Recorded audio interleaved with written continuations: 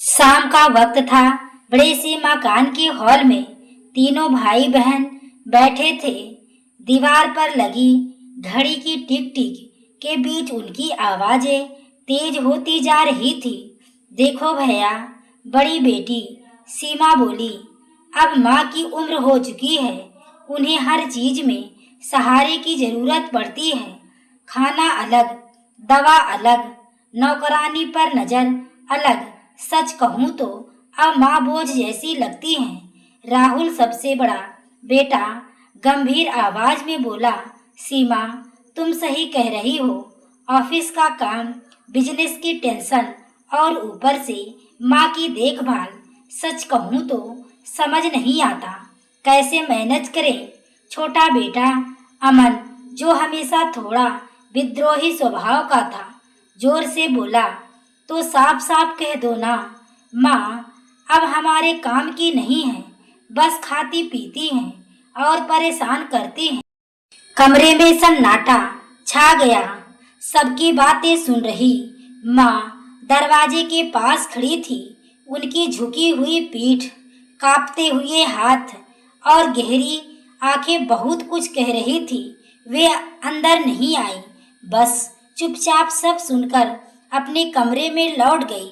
उनके चेहरे पर कोई गुस्सा नहीं था, ना ही शिकायत, बस एक रहस्यमयी मुस्कान थी, जैसे कुछ राज छिपा हो। अगली सुबह रसोई में माँ धीरे धीरे बर्तन सजा रही थी। हाथ कांप रहे थे, मगर आंखों में चमक थी। राहुल और सीमा बात कर रहे थे। देखो, अब हमें माँ के लिए कोई पक्का इंतजाम करना होगा। या तो हम उन्हें किसी ओल्ड एज होम में भेज दें या फिर किसी नौकर को रख ले जो उनका ख्याल रखे। अमन हंसते हुए बोला, ओल्ड एज होम बेहतर रहेगा। वहाँ कम से कम उनकी संगत में और लोग होंगे, हम भी निश्चिंत रहेंगे। माँ ने यह बात सुन ली, लेकिन उन्होंने कुछ नहीं कहा। बस अपने कमरे में जाकर पुराना बक्सा खोला। उस बक्से में कुछ पुरानी तस्वीरें, कुछ पत्र और एक मोटा सा डायरी रखा था। उन्होंने डायरी को हाथ में लिया, उसके पन्ने पलटे और फिर धीरे से मुस्कुरा दी। उनके मन में जैसे कोई रहस्य पल रहा था जो बच्चे कभी समझ नहीं पाए थे। इसी बीच राहुल के बिजनेस में अचानक बड़ा घाटा हो गया। लाखों का कर्ज चढ़ गया। ऑफिस में अफरा तफरी मच गई। क्लाइंट्स ने डील तोड़ दी। राहुल माथा पकड़कर बैठ गया। अब क्या होगा? सब खत्म हो गया। इतने सालों की मेहनत डूब गई। सीमा घबराकर बोली, भैया अब घर कैसे चलेगा? कर्ज कैसे चुकाएंगे? अमन गुस्से में बोला, यह सब माँ की बद्दुआ है, वो हमेशा बोझ रही है। अब देखो सब बर्बाद हो गया। माँ चुपचाप सब सुन रही थी। वे पास आई और शांत स्वर में बोली, घबराओ मत। मुसीबत चाहे जितनी बड़ी हो, उसका हल भी होता है। बस तुम्हें धैर्य और विश्वास रखना होगा। तीनों भाई बहन चिढ़कर बोले, माँ आप समझेंगे क्या? यह बिजनेस का मामला है। आपकी पुरानी कहानियाँ यहाँ काम नहीं आएंगी। माँ ने कुछ नहीं कहा, बस हल्की मुस्कान के साथ कमरे से बाहर चली गई। लेकिन उनके चेहरे पर आत्मविश्वास झलक रहा था, जैसे उन्हें पहले से पता हो कि इस मुसीबत से कैसे निकलना है। रात के सन्नाटे में सीमा की नींद टूटी। उसने देखा कि माँ अपने कमरे में बैठे बक्से से डायरी निकाल कर लिख रही थी। सीमा धीरे से पास आई और दरवाजे के पीछे छिपकर सुनने लगी। माँ धीरे धीरे बोल रही थी, भगवान मेरे बच्चों को समझ दो। मैंने उनके लिए कितने त्याग किए, लेकिन कभी जताया नहीं। अब समय आ गया है कि उन्हें सच्चाई का एहसास हो। सीमा चौंक गई। उसने धीरे से बक्से में झांका। वहाँ ढेर सारे पुराने कागजात थे, जमीन जायदाद के पेपर, पुराने बैंक अकाउंट की डिटेल्स और कुछ ऐसे दस्तावेज जो यह साबित कर रहे थे कि कभी माँ ही घर की असली मालकिन थी। सीमा का दिल कांप गया। ये माँ ने कभी बताया क्यों नहीं? उन्होंने हमें क्यों अंधेरे में रखा, लेकिन माँ ने उसे देख लिया।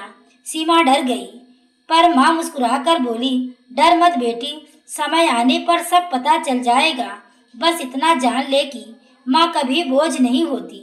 अगले दिन सुबह राहुल ऑफिस से परेशान लौटा। फोन पर क्रेडिटर्स धमकी दे रहे थे, पैसे दो वरना घर तक भेज देंगे। माँ ने धीरे से कहा, राहुल घबराओ मत, आज शाम तक सब ठीक हो जाएगा। राहुल झुंझलाकर बोला, माँ ये कोई आपकी पूजा पाठ की बात नहीं है, ये बिजनेस है। माँ ने शांत स्वर में कहा, तुम्हें लगता है मैं कुछ नहीं जानती, पर याद रखना अनुभव हमेशा किताबों से बड़ा होता है। शाम तक देखना। शाम को अचानक एक पुराने क्लाइंट का फोन आया। उसने कहा, हम आपकी कंपनी के साथ फिर से कॉन्ट्रैक्ट करने को तैयार हैं। राहुल हैरान रह गया, यह कैसे हुआ? माँ मुस्कुरा रही थी, लेकिन उन्होंने कुछ नहीं बताया।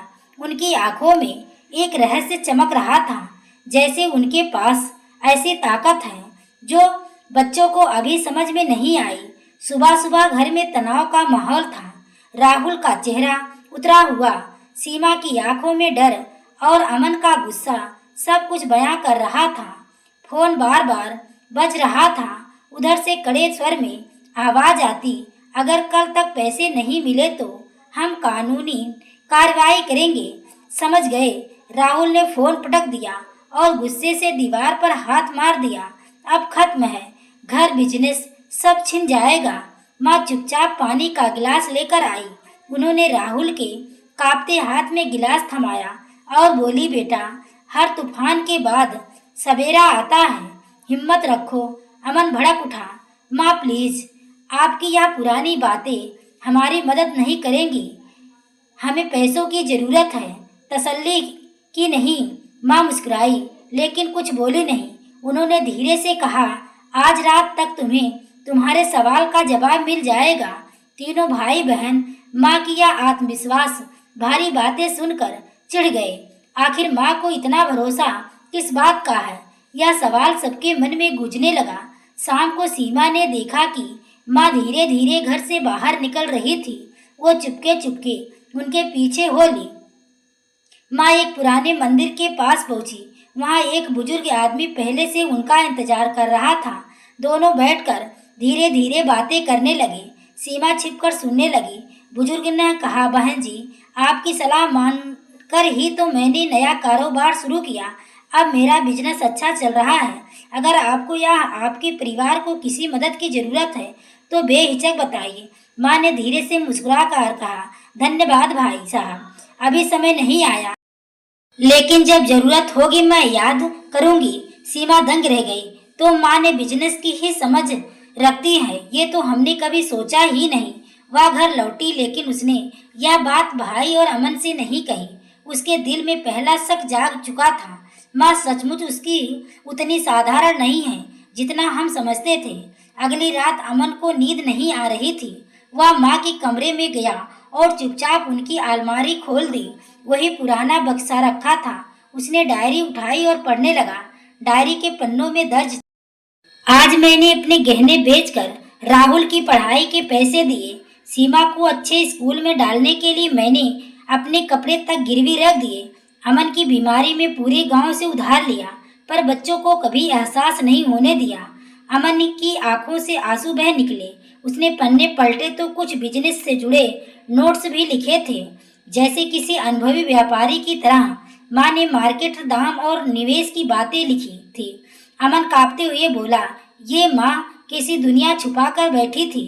यह डायरी वही छोड़कर भाग गया, लेकिन अब उसके मन में डर भी था और पछतावा भी। सुबह घर में हलचल थी। राहुल फिर परेशान होकर बैठा था। माँ पास आई और बोली, राहुल, आज अपने क्लाइंट को कॉल करना और कह देना कि डील पर फिर से बात हो रह सकती है, लेकिन शर्तें तुम्हें नहीं, उन्हें रखनी होगी। राहुल चौंका। माँ, आप बिजनेस की बातें कैसे जानती हैं? माँ ने मुस्कुराते हुए कहा, जब तुम्हारे पापा का बिजनेस मुश्किल में था तब मैं ही उनके साथ बैठकर रास्ते खोजती थी, बस तुम लोगों को कभी भी बताया नहीं। राहुल ने आधे मन से कॉल किया और वैसा ही बोला जैसा माँ ने कहा था। चौंकाने वाली बात यह हुई कि क्लाइंट ने तुरंत हामी भर दी। राहुल अवाक रह गया। वह सोचने लगा, ये माँ है या कोई जादूगर। दिन बीते। अब बच्चे धीरे धीरे माँ की बातों को गंभीरता से लेने लगे। सीमा सोच में पड़ जाती, अगर माँ सचमुच इतनी समझदार हैं तो हमने क्यों हमेशा उन्हें बोझ समझा। अमन डायरी की याद में डूबा रहता। उसके मन में बार बार गूंजता, आज मैंने गहने बेचे, आज मैंने अपनी खुशी छोड़ी, और वह अपराध बोध से भर जाता।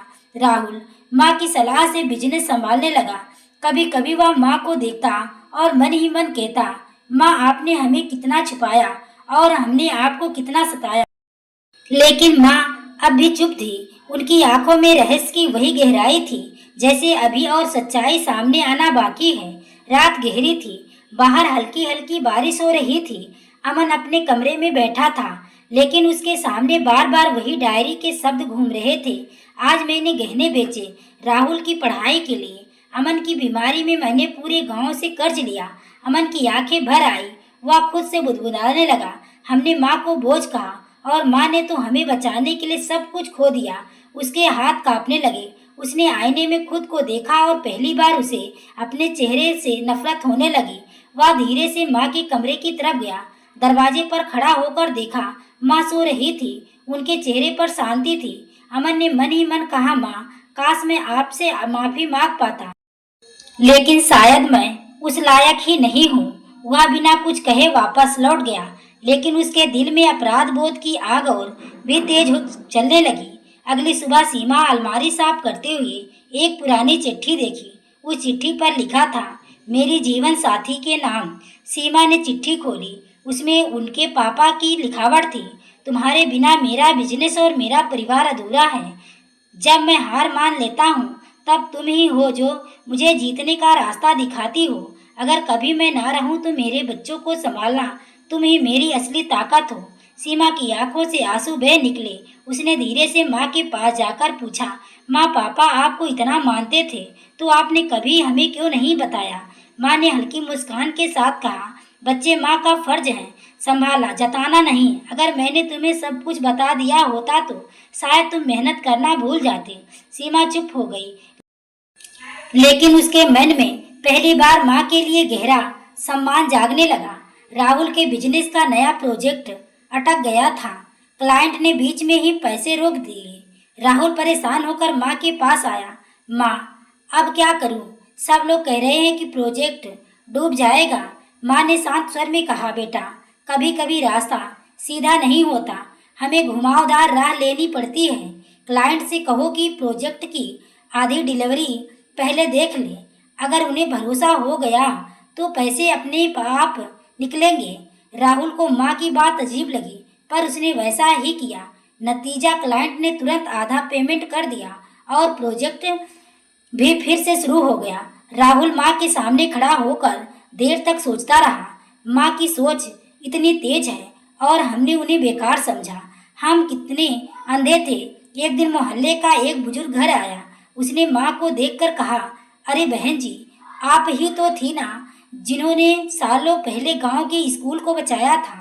याद है जब सरकार ने जमीन हड़पनी चाही थी तो आप ही खड़ी हुई थी। राहुल, सीमा और अमन ने हैरानी से माँ की तरफ देखा। ये क्या सच है? सीमा ने पूछा। माँ ने धीरे से सिर हिलाया, हाँ, लेकिन मैंने यह सब अपने बच्चों को कभी नहीं बताया। मेरे लिए यह सब करना कर्तव्य था, कहानी नहीं। बच्चे अवाक रह गए। हमारी माँ सिर्फ घर नहीं संभालती, वो तो पूरे समाज की ताकत रही हैं। रात को तीनों भाई बहन आपस में बैठे थे। सीमा ने कहा, हमने माँ को कितना गलत समझा। असल में माँ हमारे लिए सब कुछ थी। राहुल ने गहरी सांस लेते हुए कहा, अगर माँ ना होती तो हम आज यहाँ तक पहुँच भी नहीं पाते। पर हमने क्या किया, उन्हें बोझ कह दिया। अमन रोते हुए बोला, मैं अब और सह नहीं सकता। कल सुबह ही मैं माँ से सब सच कह दूंगा और माफ़ी मांगूंगा। तीनों की आंखों में आंसू थे, लेकिन माँ अपने कमरे में बैठकर फिर वही डायरी लिख रही थी। उनकी कलम से शब्द झर रहे थे, आज मेरे बच्चों की आंखें खुलने लगी है, लेकिन अब भी एक सच बाकी है जो उनकी जिंदगी हमेशा बदल देगा। सुबह का समय था। सूरज की हल्की किरणें खिड़की से झांक रही थी। अमन सीधे माँ के कमरे में गया। उसका चेहरा लाल था और आंखें रोने से सूजी हुई। वह माँ के पैरों में गिर गया। माँ, मुझसे बहुत बड़ी गलती हुई। मैंने आपको बोझ कहा, लेकिन आप तो हमारी जिंदगी की सबसे बड़ी ताकत हैं। ये डायरी मैंने पढ़ ली थी। हर शब्द ने मुझे झकझोर दिया। आपने सब कुछ कुर्बान कर दिया और कभी जताया नहीं। मुझे माफ कर दो माँ। माँ ने उसके सिर पर हाथ रखा। बेटा, माँ अपने बच्चों को माफ करने के लिए ही बनी है। अगर तुमने अपनी सोच बदल ली तो यही मेरे लिए सबसे बड़ी जीत है। अमन रोता रहा। राहुल और सीमा दरवाजे पर खड़े यह दृश्य देख रहे थे। उनकी आंखों में भी आंसू थे। अब तीनों को यह एहसास हो चुका था कि उनकी माँ कोई साधारण औरत नहीं, बल्कि चट्टान जैसी मजबूत इंसान थी। उस शाम माँ ने बच्चों को अपने कमरे में बुलाया। उन्होंने धीरे से कहा, अब समय आ गया है कि मैं तुम्हें एक सच बता दूं। उन्होंने अलमारी से एक पुरानी चाबी निकाली और दीवार के कोने में लगी छोटी सी तिजोरी खोली।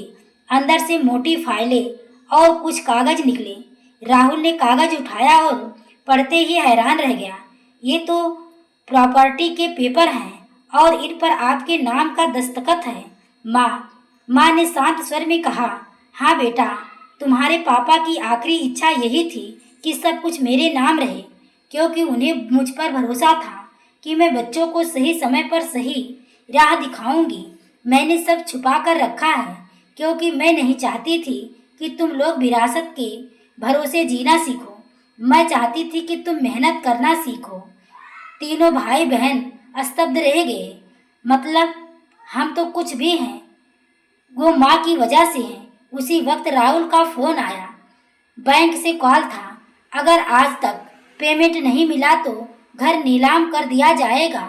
राहुल के चेहरे पर पसीना आ गया। माँ ने फाइल से एक और दस्तावेज निकाला और कहा, यह एक फिक्स्ड डिपॉजिट है जो मैंने सालों पहले तुम्हारे नाम से रखा था। जरूरत पड़ी तो ही इस्तेमाल करना चाहती थी। अब समय आ गया है। राहुल की आंखें भर आई। माँ, आपने हमें क्यों नहीं बताया? हम तो आपको बोझ समझते रहे। माँ मुस्कुराकर बोली, क्योंकि मुझे अपने बच्चों की मेहनत पर भरोसा था। अब जब तुम सबने मेहनत करना सीख लिया है, तभी मैंने यह राज खोला। बैंक का संकट टल गया। घर और बिजनेस दोनों बच गए। उस रात पूरा परिवार एक साथ बैठा। माँ के सामने बच्चों ने हाथ जोड़कर कहा, माँ, आपने साबित कर दिया कि आप कभी बोझ नहीं थी। असली सहारा तो आप ही थी। हमने आपकी अहमियत देर से समझी, लेकिन अब कहीं भूलेंगे नहीं। माँ ने गहरी सांस ली। बच्चों, माँ का सम्मान तभी होता है जब बच्चे अपनी गलती मान ले, और आज तुमने मान लिया। यही मेरी असली जीत है। उनकी आंखों से आंसू टपक रहे थे, लेकिन यह आंसू खुशी के थे। तीनों भाई बहन माँ के गले लग गए। उस पल ऐसा लगा मानो घर में वर्षों बाद एक नई रोशनी लौट आई। सुबह की पहली किरण खिड़की से अंदर आई। माँ आंगन में बैठी थी। राहुल, सीमा और अमन उनके पैरों के पास बैठे।